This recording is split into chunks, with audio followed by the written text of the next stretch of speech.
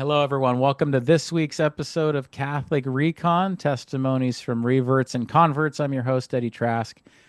This week's guest is David Lach, who is a convert to the faith. David, welcome to the program. Thanks for having me. Appreciate it. I appreciate you being willing to come on. Yeah. So, David, like every other guest, where did your faith journey begin? Yeah. So I was actually not raised in a Christian church. I was raised in the New Age movement. And a lot of times people think of the New Age movement as sort of a vague, loose spirituality, which it certainly can be. But I was actually raised kind of in a particular church growing up.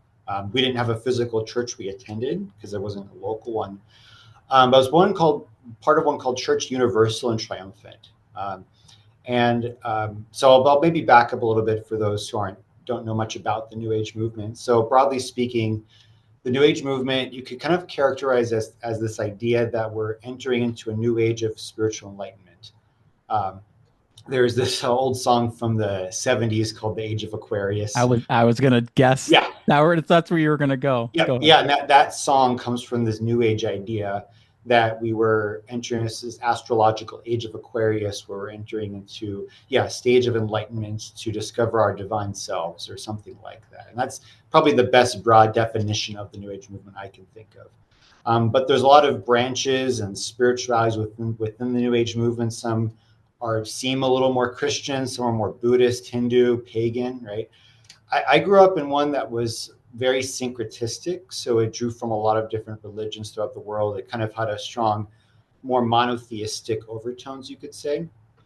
But the church I grew up in, it actually came from a spiritual movement called Theosophy, which was founded in the late 1800s, which I think of as sort of the first modern New Age movement to come about. And then from there, a branch of Theosophy was called the I Am movement. And the reason it was called that is because they felt, or their kind of interpretation of the God's name I Am was like the divine essence within you. And so I was taught growing up that whatever you read, especially when Jesus says the words I am, you kind of almost translate that as God within me is. And so that's where that I Am movement draws its name from, and its kind of spirituality. And then, the church I grew up in was a branch of the I Am movement. And kind of part of the I Am movement and all the branches from that, all other founders claim to be prophets that these beings called ascended masters spoke through them. Basically, different enlightened beings from different religions, even ones that were particular to the New Age movement. And they had pretty specific doctrines, for example, but a lot of it was kind of more Eastern in its spirituality. So I grew up believing in karma, reincarnation, chakras, which are like these energy centers within your body, for example. And I was taught that all religions were from God, but they kind of taught the same thing in some ways or another, but over time they kind of diversified and got changed, that including the teachings of Jesus. So with regard to Jesus, I was taught that he wasn't God himself, right? It was in a way was one of many enlightened beings. He sort of embodied what was called like the Christ consciousness in a way, which is part of like kind of your divine essence. But he sort of just embodied that. He wasn't like an incarnation. So we didn't worship him as God by any means. So that's kind of the doctrines and teachings of the religion I grew up in. But we venerated Buddha, the Hindu gods, and then other kind of figures that were exclusive to Theosophy and the I Am movement and the church that I grew up in as well. But like I said, I didn't grow up in it, just kind of more like home services. I was kind of just taught things through books and stuff like that. I actually had a very strong interest in the spirituality growing up. I was very curious, kind of devout in that sense. Like I always believed in God very strongly and cared about my spirituality, you could say. So. Oh, that's incredible. So I'm curious, did any of the believers in these camps, did they recognize that it was a mishmash of things, or did they treat it as, I mean, you did mention diversifying in a sense. Were they just saying this is the collection of all the good parts, and if you put them together, you've got theosophy? I had not heard that term before. Yeah. So my mind is a little blown by what you just said right there, because I've heard mm-hmm. all of these things in different settings. The I am movement, I have heard of that. Mhm. But yeah, how would you, I don't know if you can speak on behalf of Yeah, the other yeah, people, but for yeah. sure. Yeah, and I wasn't part of a community. It was really just my family, my immediate family. Okay. So, I wasn't as deeply entrenched as other people, you could say, in that sense. Yeah. Certainly, what I was raised in. But to answer your question, it's not so much that it was like a artificial mishmash. It was more like we're restoring what Buddha originally taught, what Jesus originally taught, what Lao Tzu of Taoism originally taught. And it was like, just like, for example, I was taught the Bible was actually changed. Things were taken out of the Bible, which explains why the writings of Buddhism and Christianity are different in that sense, because there were changes, right? So that was the idea behind it. That's why there was that diversifying over time. So with the family being invested in it, Mhm. this is all through teenage years as well? Yeah, I basically up to around the age of 16, 17 is when I was still identifying myself within this religion, spirituality. Yeah, Okay. And what did your prayer life look like during that time? that's a really good question. Yeah, it became really clear actually in retrospect that our prayer was not prayer in the same way that we understand it as Catholics. Now, I will say, like, privately, I definitely prayed to God and spoke to Him as a child. That was definitely the case. So it's not like that conversing with God wasn't there. So I'm very grateful that that was a part of it. But in terms of the actual prayers or so-called worship, it really wasn't worship. Um, because kind of with the I am movement is that you're affirming, in the New Age movement, you're affirming your divine self. And so a lot of our so-called prayers were more like affirmations. And a really good example of that was actually how I was taught the Our Father. And I don't like to kind of repeat it actually still, but um, basically what it looked like was we learned the Our Father, but the word I am was added in front of each part of it, right? So when I heard the real Our Father, it sounded like parts were missing, right? So you're not talking to God, praying to Him, worshiping Him. It's kind of like you're affirming that divine self within you. And that was the majority of our prayers, you could say, in a kind of a more formal context. Now, how does this merge with, I suppose, self-actualization and ascending in? So with this, it was at seven chakras. Is that I correct? believe so. Yeah, I And think. the third eye, and the third eye. No, we don't need to get into all of it, but I just I think of that Tool song where I learned about all of this. But Okay. Okay. um, how? Okay, there are so many movements that are talking about ascending Hmm. so that you can reach the epitome of what you're called to be, so that you are at the heightened place of what you were meant to be. But there is no, there's nothing about thy will be done.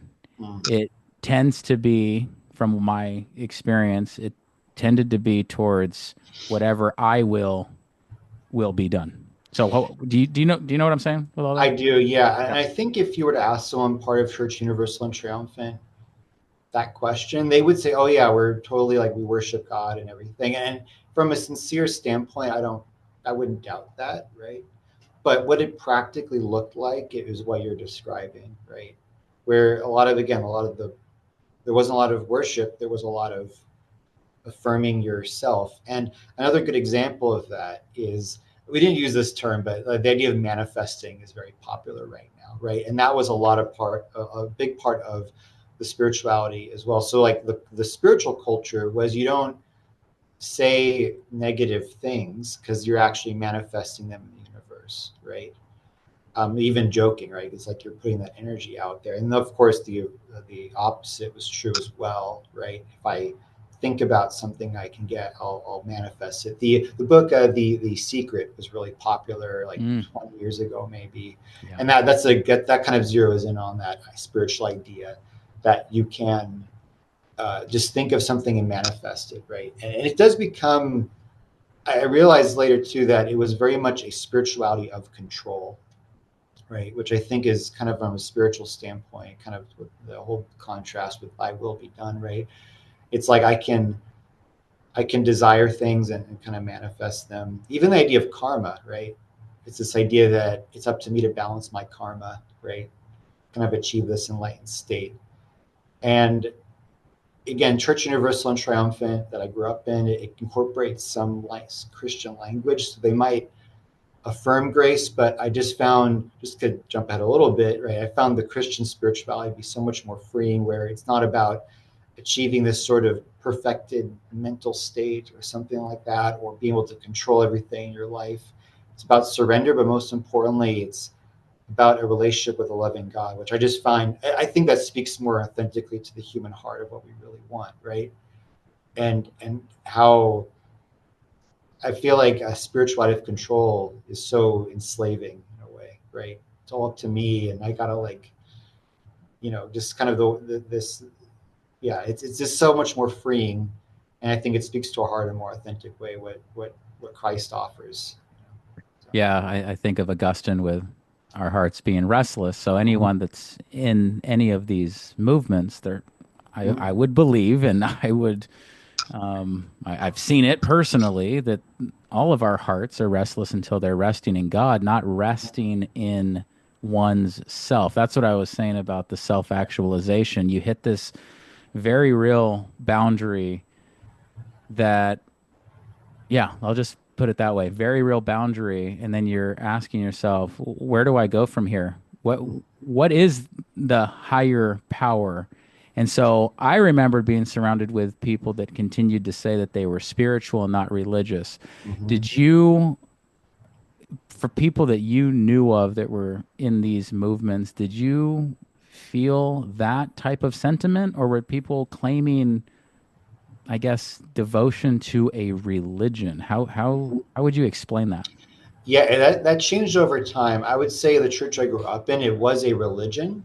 It was confusing a little though, because again, it wasn't, we didn't spend a lot of time at the like physical church. It's actually based in Montana. They have like centers in Mount Shasta and LA, I believe. But the rhetoric from like the leaders were saying, yeah, it's not good to be dogmatic, but their religion itself was very dogmatic, right?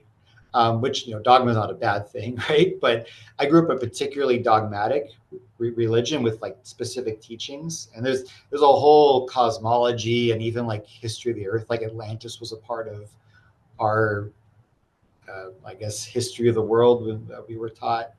But as I grew up a little bit in my teenage years, I was trying to find an actual church to go to. I want to be part of a community of some kind. And I think those were more of, I'm spiritual, not religious. Like the last New Age type place I went was, it was a place called Self-Realization Fellowship, which I describe as like a neo-Hindu type of place. And that was definitely more spiritual, not religious type of feel, right? Which is a lot of the more institutional New Age churches became less popular in the 90s or so, which you don't find that too much anymore. So, but yeah, it depended on which circles I found myself in. So yeah. Yeah, and I think you see a similar thing in Christianity over time. The mainline denominations get less popular. There's more of a, hey, we have a pretty loose statement of faith. I would argue they get looser and looser. You get further and further from the creed, Mm-hmm. and that's a tangent. So I want to ask you, what, when you were 16, 17, 18, what did you start to experience, and what kind of shifted your perspective? Yeah, I remember, I think the very first doubt in my mind, it was kind of random. I must have been 14, 15. I thought, what if Jesus actually is God and we're being disrespectful to him by not worshiping him as God? And I'm like, no, no, no. But that was like my first doubt. And I think the second one was when I actually started to read the Bible. We believed in the Bible, but it was, again, a little bit nuanced with Yeah. how much authority we gave it. And I was reading it. I'm like, this doesn't feel as new agey as I was hoping it would be. Like I had to twist things around. It just felt very Christian in the typical sense. And I might explain it away by saying, well, I was taught it was corrupted and changed. And so that's how I could explain it. But the real big turning point was somewhat gradual, but I started to research the I Am movement and Church Universal and Triumphant. And there were a few troubling things, but one good example was the founders of Church Universal and Triumphant, claimed that the end of the world was going to happen in the early 90s from like the Soviet Union launching missiles. They even sort of created sort of a, I don't know the details, but like a bunker type of, thing where to protect themselves. And obviously the end of the world didn't happen. They even had a stockpile of weapons. Founders, the leaders claimed they didn't know about that. So this kind of a little bit troubling, right? And the fact that a good way to prove that a prophet isn't true if they prophesy something doesn't happen, right? I mean, another good example, I don't remember when I found this out, but the founders of Theosophy were incredibly racist. They claim that certain races in the world were basically subhuman. So like, it wasn't like it was just like, for example, certain people from like certain tribes throughout the world, right, kind of didn't have the divine spark within them. And again, I don't remember exactly when I read that, but I started like read primary sources and like, okay, and I became freelance New Age, I called myself, very soon after that. Like all my beliefs were the same, but I'm like, I can't ascribe to Theosophy, the I Am movement.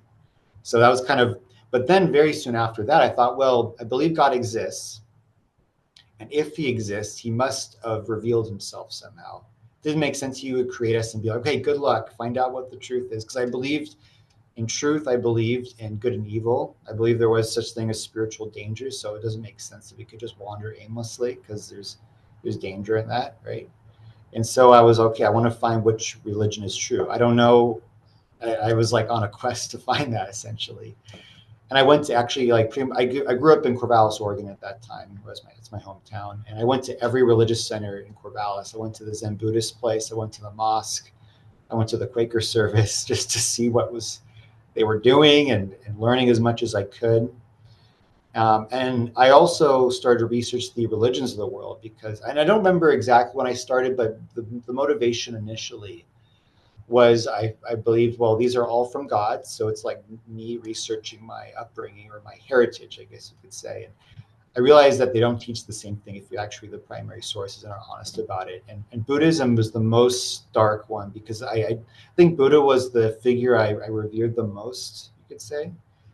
And if you actually are honest with Buddhist writings, I'd say Buddha was agnostic at best and anti-theistic at worst. And even if he was agnostic, well, I believe that worshiping God and loving him is essential. So if you're from God, why would you not place importance on that? And so basically, gradually, I thought that only Christianity and Hinduism were authentic faiths, because you can't really disprove Hinduism because it's more like a spiritual culture with no historical foundation. So yeah, that was kind of where I found myself eventually. Around this same time, kind of concurrently, I was also going to a Protestant youth group, which it sounds surprising in a way, but the reason was because I believed in God, and I wanted to be around people who all did as well, and it didn't matter what religion they were a part of, and I had friends there, so I joined that.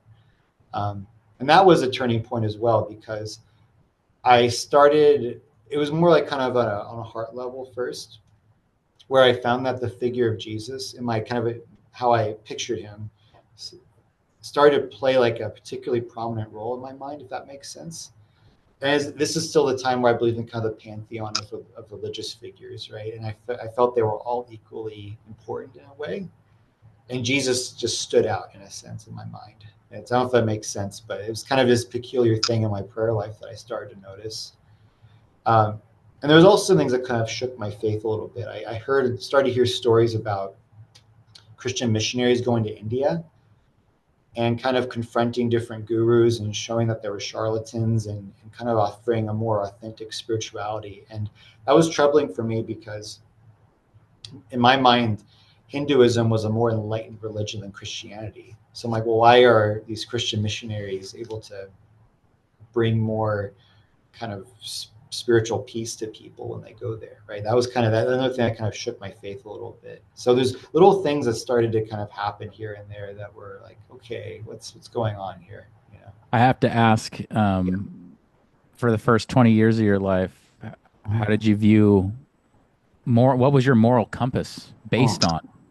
And yeah, what was it based on? Good question. So the church I grew up in was actually very conservative in its values. So I grew up pro-life, for example. And so in certain terms of lifestyle, you could say, or moral compass, I didn't have to change too much at all, actually, when I became Catholic eventually, which I'm very grateful for. And I'm someone who, and like I had faith in the religion I grew up in. So it's like, okay, if I was taught this was wrong, I accept it's wrong. So it was kind of more, I mean, rules based, which I think when you're young, that's kind of how your morality starts. But that was kind of my moral compass. So I'm actually very grateful for that. That kind of made converting a lot easier in many ways. No kidding. That Yeah, that yeah, is a tremendous blessing. yeah. Okay, so you can go back to what you were just saying about you're learning about the Christian missionaries that had Yeah, visited India. yeah. And that was just kind of like gave me pause, made me question my worldview for the first time. Like it was a part of that process. Um, I think the next, I think I could jump to probably the big turning point. Eventually, a lot of my friends in the Protestant youth group just kind of left, or they graduated from high school, and I made friends who went to the Catholic youth group, and I started to go there after a while, and that was fine. I maybe went there for I went there for like a month, and then about a month into going there, I went to a pro-life conference because I mentioned I was raised pro-life, and so that was part of my values. And yeah, I went to this pro-life conference, and it was Catholic, and there was a mass at the end, and my person giving me a ride was staying, and so I'm like, I'll stay for the mass. And so I think that maybe that was the second time in my life I've been to a Catholic mass that I can remember. And in the mass, I had a I definitely recognize it now, of course, as a very profound encounter with God. And you could call it emotional, but I think it was more than just pure emotions. Like even that moment, I recognized I'm experiencing something here, which was confounding because I was thinking at the time that the Catholic faith isn't true. So why am I experiencing this? So it was confounding for sure and confusing. But I'm like, I can't ignore this. And then what actually happened? It wasn't so much that I thought to myself, I had this experience, so I better take the Catholic faith seriously. It was, and I don't know if there's the right theological way to think about it. Maybe it is. I almost feel like I was given a grace to be open to Catholic teaching and Christianity in general. And I kind of almost acquired this very inexplicable enthusiasm for the Catholic faith and learning about the sacraments and church history and things like that. It was, yeah, yeah. How soon there? I mean, how soon I after the mean, mass? it must have been like a week or two later, I think. I remember going to that same youth group, and maybe a few weeks before, I'm like, okay, this is nice. But then after that, I was just like enthusiastic. I loved learning about the prayers. You know, it was kind of odd to see if one was to watch that contrast. Yeah. Wow. So very quickly after that, yeah. That's incredible. So to have this thirst for the sacraments Mhm. at that moment, did you say, I can see where this is heading? Or at that moment, you were just all about researching, wanting to understand more, put the pieces together? Yeah, it's funny you say that because I actually remember telling someone at one point that I do like I I used a metaphor where it's almost like I'm on my I feel like I'm floating down a river and I see where it's going, Mm. but I can't bring myself to jump in, or I don't know what the metaphor would be, but like to fully be all in, right? And I think part of it was because I knew how seriously I was to take it if I was to jump in.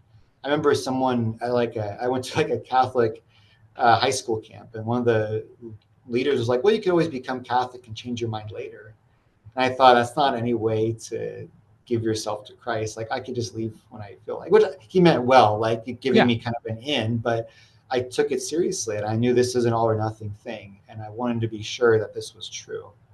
Um, and so, so yeah, I did see it going down a track, but there was still some indecisiveness. I definitely felt like I needed to gather more information. And that's actually around the same time on an intellectual level, I started to question, or I guess both question, but also kind of find rebuttals against what I was raised in. So I think one of the first things was we were taught growing up that Jesus didn't teach that he was God in the Bible. And someone gave me an apologetics book. I think it was called More Than a Carpenter. It's a Protestant book about basically saying, here are the arguments for why Jesus is God in the Bible. And it made a ton of sense to me. Like, yeah, you couldn't get around it, right? Just based on the context. Like, there's so many examples I could give. A famous one is how his episode of forgiving sins, for example, right? And just obviously John is full of him affirming his divine nature. But that also kind of begged the question, well, how can I trust the Bible? And I don't remember what source I read about this, but I learned eventually that the Bible we have now is the same Bible we had back 2,000 years ago, right? It's one of the best preserved ancient texts we have. And so it's incredibly reliable in that sense. So I couldn't get around, well, the Bible was changed, because historically that's just not true, right? And so, okay, we can trust the Bible, we can trust, and the Bible says that Jesus is God. So there's that. And then it also became clear that, yeah, it's clear that Jesus died for our sins. That's kind of, it wasn't something that, it was sort of a different interpretation of that, but in the kind of more Christian sense of that, it became quite clear that that was the case. Another part of it was, I was taught growing up that the early Christians were New Agers and that it was changed over time. And I just kind of, okay, I guess there's no way of knowing one way or the other, so I guess that's the case. But then I found out we have something called the Church Fathers, and they were the earliest Christians. Some of them knew the apostles, like Ignatius of Antioch, for example, knew John. And I'm like, oh, we have their writings. And so I looked up, what did they say about Jesus' divine nature? And they taught that he was God himself, right? They were explicit about it. They taught that he died on the cross for our sins, right? But then I found very quickly they taught very Catholic things, like they taught the Eucharist, apostolic succession, right? And I started to learn about the kind of arguments for the Catholic faith. For example, that how could you trust the canon of Scripture if you don't trust the church that compiled the canon, right? And so what that meant for me was, if I was going to be Christian, I was going to be Catholic or Eastern Orthodox. So being Protestant was never a question I had, like, oh, should I be Protestant? It was like, either Christianity is true and it's Catholic or Eastern Orthodox, or Christianity isn't true. And so it's like the whole house of cards falls apart if you don't actually have an institutional church, essentially. On an intellectual level, that was really eye-opening for me. And this was actually, this is around the time I graduated from high school. This is kind of where all this came up for me. And also, too, there were moments where I mentioned before about the missionaries to India, how they sort of encountered the inauthentic spirituality of Hindu gurus. I did some more researching and reading, hearing testimonies about that, about Christians going to New Age circles and basically doing kind of subtle spiritual combat there. and sort of, it was very interesting to hear those testimonies. They're so blatant. I actually started going to Eastern Orthodox Church and the Catholic Church around this time. And somebody at the Orthodox Church lent me this book. I believe it was called The Gurus, the Young Man and Elder Pasios, about this man who was like spiritually seeking, and he actually went to India and he encountered these gurus, and they were very, they kind of displayed a kind of spiritual power, but he realized there's something very unauthentic about it. There's even this one episode where he was about to walk up to a guru and he started saying either the Jesus prayer or the Our Father to himself. And the guru became highly distressed and disturbed, told him to get away from him. And like, that was like a little, just like example of where he saw he was like questioning, why would that be so troubling to this man that he was silently saying this prayer to himself? And then the book ends by him going to Mount Athos. I think he started Mount Athos and then returned there and experienced the spirituality and the authentic power of Christ through the monks there, and realized that the gurus had an imitation spiritual power, that these monks had something real and authentic. So reading more testimonies like that made me see kind of even though I wasn't experiencing that firsthand, kind of seeing on an intellectual level, the New Age movement, kind of from a Bible Christian apologetic standpoint, didn't really hold up, but also from encountering kind of the spiritual life, kind of, that there was a clear difference that Jesus had. He wasn't just one of many, right? And gurus weren't just another form of authentic spirituality either. So that was a lot of paradigm shifting for me, a lot of new information, right? So that's kind of where I found myself when I graduated high school in that sense. Remind me, why not Islam? You mentioned, I think you went to a mosque. Yeah, good Yeah. question. Good question. At that point, I did do a lot of what ifs. Well, what do other religions have to say, right? And so I did look into Islam. I watched videos, read books about what Muslims said about why the Quran was true and their answers to the Christian faith. And one claim of Islam is that Jesus was not crucified, and also that the Bible was changed, the New Testament was changed. And those are just two historical facts that are not the case. So almost from just a historical standpoint, Islam was not true. There's also issues with Islam itself, but even just from that historical claim standpoint, it didn't really hold up for me. Um, I also looked at the Jewish faith because I'm actually Jewish in my heritage. And I'm like, well, how do we know that Jesus is the Messiah? You know, it's like, okay, we could trust the New Testament, but what if that was all kind of made up in a way? So I looked at the apologetics from a Jewish perspective, right? What did they have to say? Because there are a lot of arguments against the Christian faith from a Jewish perspective. There's a lot of books out there. And I saw what they had to say, and I kind of read books kind of from like Catholics who are from the Jewish faith, kind of countering those things. And it became clear from Jesus rising from the dead that that's a very authentic proof of his authenticity.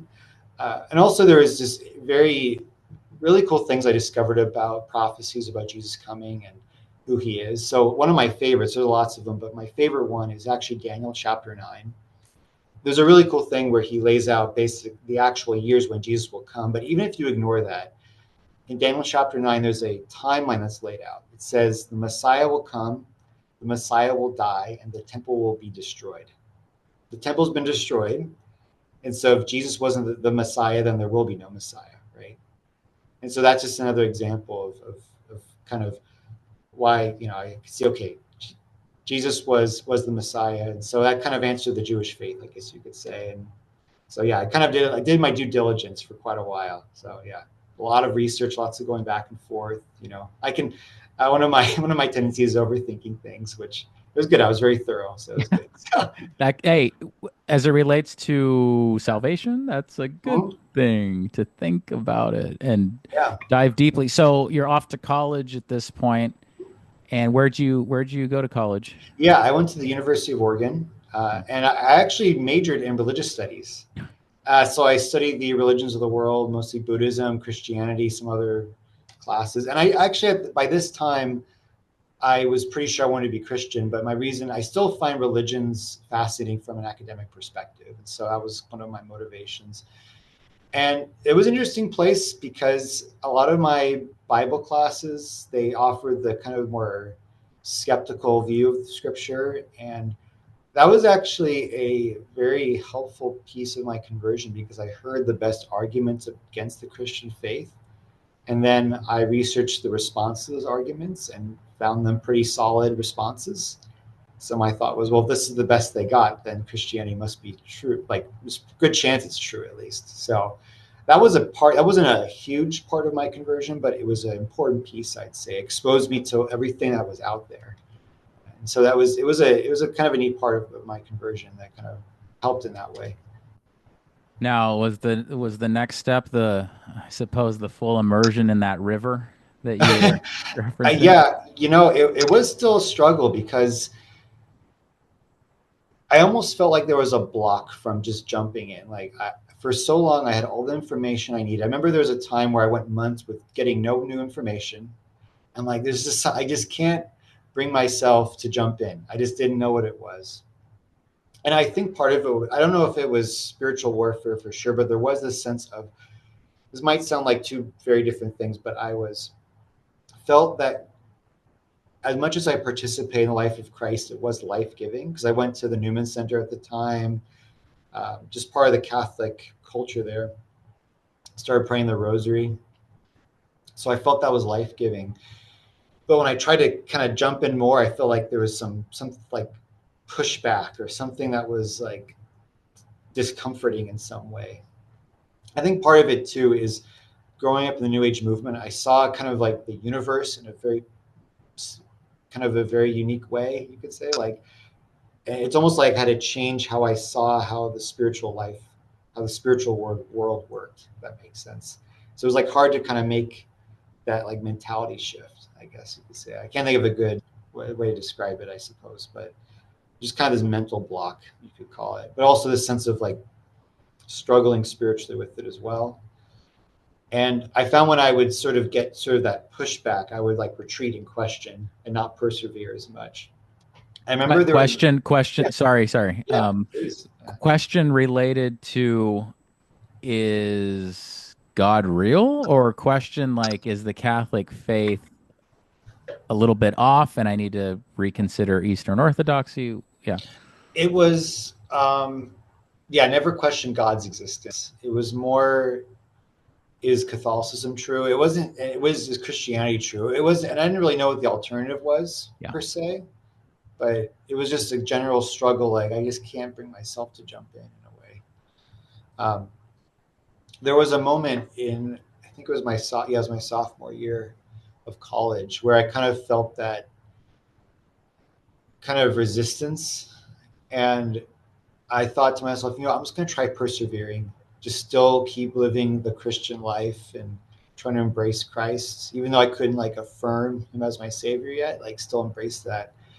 It was kind of this 2 weeks of feeling very desolate in a sense, Dark Knight-esque, you could say. Not in the true sense, in the extreme way, but Yeah.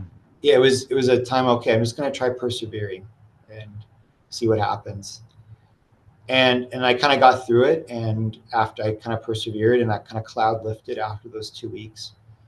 Something very peculiar happened after that. I met some random person, and I was sharing my testimony, kind of like how I am now. And I had often shared it with people because they would ask me what my faith was, and I always ended by saying, "But I don't know what I believe at this point." That's kind of how it always concluded. And I ended my story with that. And for the first time, I felt like I was lying. Like it felt like a lie to say that. And I'm like, wow, that's different. So I spent I spent another week being like, okay, what's going on here? I went through all of my questions I had over those past 2 years. I'm like, no, I could answer that, and I could. And I realized John Henry Newman has this idea that, with kind of the reason for conversion, is that all of these independent points or arrows point to the same thing, right? And they're all, so I had the church fathers, I had my own experience, I had miracles that prove the Catholic faith, like the Eucharistic miracles, for example.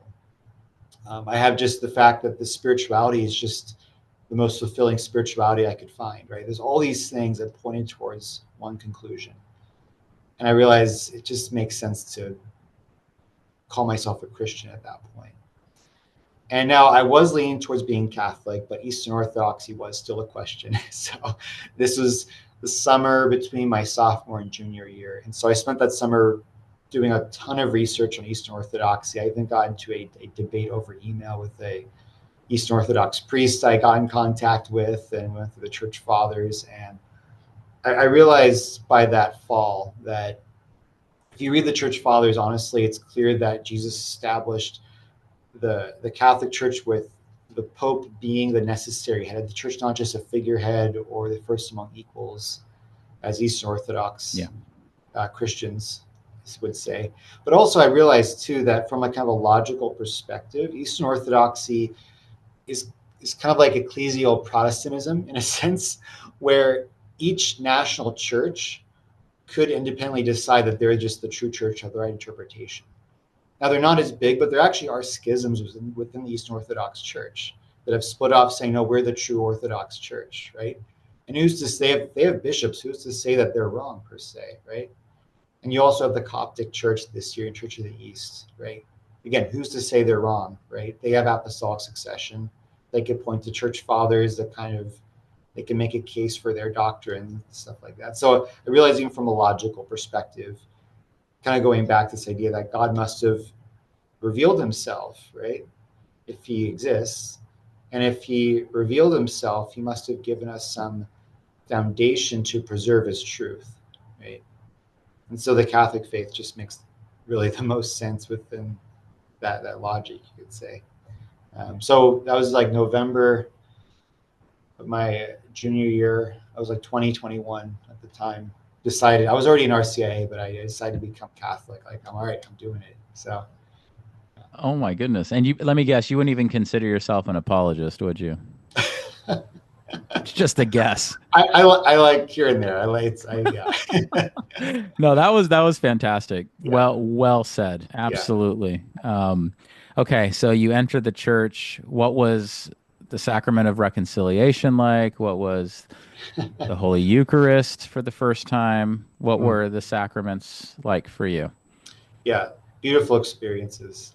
So I wasn't baptized. I was That's baptized in my New Age church, but it wasn't Trinitarian. it wasn't a valid baptism, right? And Yeah. so I got baptized. So that was the first thing. And uh, it's funny. The Easter Vigil.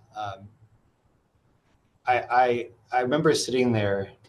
Um, the priest was giving a homily, speaking to those in RCIA, and he was using the image of the Israelites leaving Egypt. And in an uplifting sense, he was like, "There's no going back, right? We're on the path to salvation." And I heard this little voice in my head saying, "Well, you could leave right now. You could just get up and leave." And I think that was like the devil's last lame attempt to like get me to veer off course. So that was very, very interesting to kind of just notice that. But I was baptized, and I didn't expect anything in particular. Just all right. I believe that is objectively going to bring me into the fullness, into the life of Christ. And so I didn't expect that God was going to do anything. But I was baptized, and then we were standing in the sanctuary getting ready to be confirmed. And I remember just standing there, realizing that like how I perceived reality was different. Because I mentioned before that one of my holdups with conversion, rightly or wrongly, was a sense I can't quite see this as reality. Like there's some block. In that moment, I remember thinking, I have all the arguments for the Catholic faith, but I don't need them right now. Like this is just reality. And what I really feel like what God graced me with, which is such a beautiful blessing, I feel like He gave me the gift of faith in that moment. Where again, I had the arguments, but this was reality, and this was just true and just the core of my heart, and I just knew it in a way that I hadn't, which I would have loved to experience that prior. I remember thinking when I was struggling with my conversion, like, oh, I just want to see this as true, like it's reality. I mean, I think God wanted me to take that leap of faith and trust Him. But it's like after I took that leap, He granted me that grace to just see it as reality. And so that was absolutely beautiful to experience that. And of course, later that evening, I received the Eucharist for the first time. So when everyone else was receiving the Eucharist, I would go to Mass. I would imagine Jesus in front of me, kind of like the Divine Mercy image.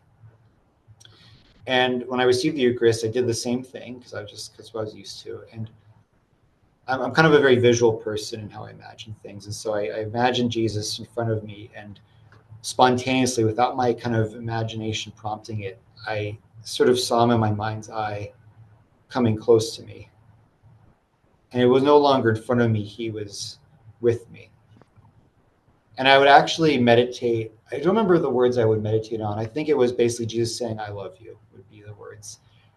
And as he came close to me, those words changed from "I love you" to "I am with you." And I truly, it wasn't just hearing that in my imagination. I truly felt him with me, and for the first, and in a way I never had prior to that. And so for me, receiving the Eucharist for the first time was such a beautiful, tangible experience. And just, I would try to meditate, when I was in the New Age movement, try like kind of a Buddhist perspective, and it never really helped me that much. Um, and again, going back to the beauty of Christian spirituality, that it's about it's I mean, it's in a way it's profound, it's simple in a way that it's a relational encounter with the living God, and that speaks the deepest desires of our heart. And like, what else do you need, really, right? And of course, like, we're transformed through that. It's not simplistic in that way, Yep. right? There's so much depth to our spiritual life. but that's the core of it, and that's just so satisfying, right? In the deepest sense, right? Like it's like this idea that we're made for relationship. And in the Eucharist, I was able to experience that in such a profound way for the first time. Yeah, talk about actually finding satisfaction. As I was saying earlier about St. Augustine, you were able to finally rest, Mm-hmm. Yeah. finally able to rest after all that searching, all those years. And the foundation, I really respect what you said about your foundation. You came into this world like everyone else, and you're raised in a certain way, Mm-hmm. and you have that moment where you can look back and just curse everything that wasn't in accord with the truth, or you can say, wow, I thank God that I had this foundation. And like we were talking about the moral values that you had along the way, I think that prepared you to fully embrace the Catholic Church. It's Absolutely. incredible. Yeah. Yeah. I was raised believing that truth was an important thing, Yeah. and so that gave me a great foundation where I wanted to seek the truth, and not a truth that I wanted, because there are a lot Yes. of religions out there that are they don't have any troubling doctrines. It's like you could just, Yep. it's a nice spirituality to have, but I knew what's true isn't what I like per se. It's what's true, right? But I think truth speaks to the deepest desires of our heart. Maybe if we don't realize that at first, right? I completely agree. And it's so hard to recognize that because you don't naturally want to sacrifice at all. But Right. when you are struck by truth and then you can conform to the truth, I mean that's the call. Mm-hmm. That's the call. Okay. So, fantastic, David. What would you say to those that are in the New Age movement, whether it's tied to I am? I don't even know if that's still alive and Oh, well. it It is. It is. is. Okay. Yeah. For all I know, it's gaining steam, gaining traction. But what would you say to people that are in any of those similar movements that might be doing their due diligence right now and Mhm. typing in Catholic story, Catholic Yeah. testimony? Yeah. I'll say first that I actually deeply admire the thirst for spiritual depth. I think there was a time in American culture where things were just watered down and people were thirsty for spiritual depth. And I think I would imagine many people are into things like the New Age movement and the I am movement. They're thirsting for that. So in a way, I want to affirm that's not a bad desire that you have. I think Christianity can seem as sort of like an elementary faith, like, oh, that's simplistic, right? It's not as advanced or deep as New Age spirituality. I would say that there's something maybe challenging about embracing Christianity because there is a lot of surrender and saying I can't control my karma, I can't manifest anymore, right? I have to really rely on God. But there is something more beautifully profound about that, being able to truly trust in God and let His life animate you, and that there's such a beautiful grace. I mean, there's such beauty in growing in the virtue of being conformed to Christ, right? That it's in a way I'm a little lost for words because you almost have to experience, you have to jump in to experience it, and just it's almost this idea of that Christ, that God truly became incarnate, right? He took on our flesh. There's something so tangible about that, and so real, right? That it just allows you to encounter God in such a way that truly like penetrates who you are in a deeper sense. And again, I don't know if I might sound like I'm not lost for words about it, but I think it's because it does. It's not Jesus is not someone you can just talk about theoretically. You have to encounter Him and surrender to Him, even if it's just in small little ways here and there. Um, and I think we all recognize we have these yearnings of our heart, and those yearnings don't go away till we get heaven, right? And that's all right. But I think that Jesus, the true God incarnate, speaks to those yearnings like no other spirituality can.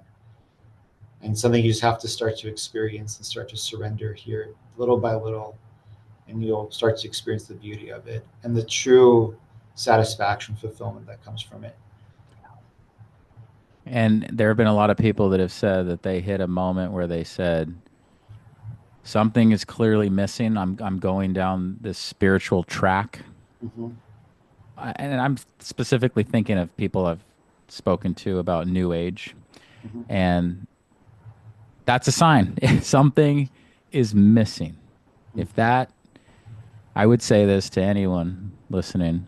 If that is you, where you're saying something is missing, there is a void here, something's not quite right in my search, well then that's a clear sign to dig deeper and to be open to surrender, as you were saying, David. Okay, is there anything else you want to add? Anything for the audience? Yeah, I would just say that, like, I think just repeating kind of what I mentioned, that, I think it's beautiful that people desire spiritual depth, right? And I just, encourage people to just encounter Jesus and however they can, obviously going to a Catholic church, right? And being open to, how you might encounter Christ in that way, how he might speak to you. And yeah, it's just how beautiful of a faith it is. And it's so freeing too. And it's, it can be difficult to let go of different paradigms or spiritualities that might be a source of kind of a reassurance or consolation, but it's there's really deep, profound, fulfilling beauty when you encounter the true incarnate Christ. Yeah, David, thank you so much. absolutely. Thank Really you. Appreciate appreciate it. it. Yeah. Yeah, no. Everyone, please, I say it every time. I wholeheartedly am asking you to share this episode. Please like, comment, subscribe, and until next time, take care and God bless you all.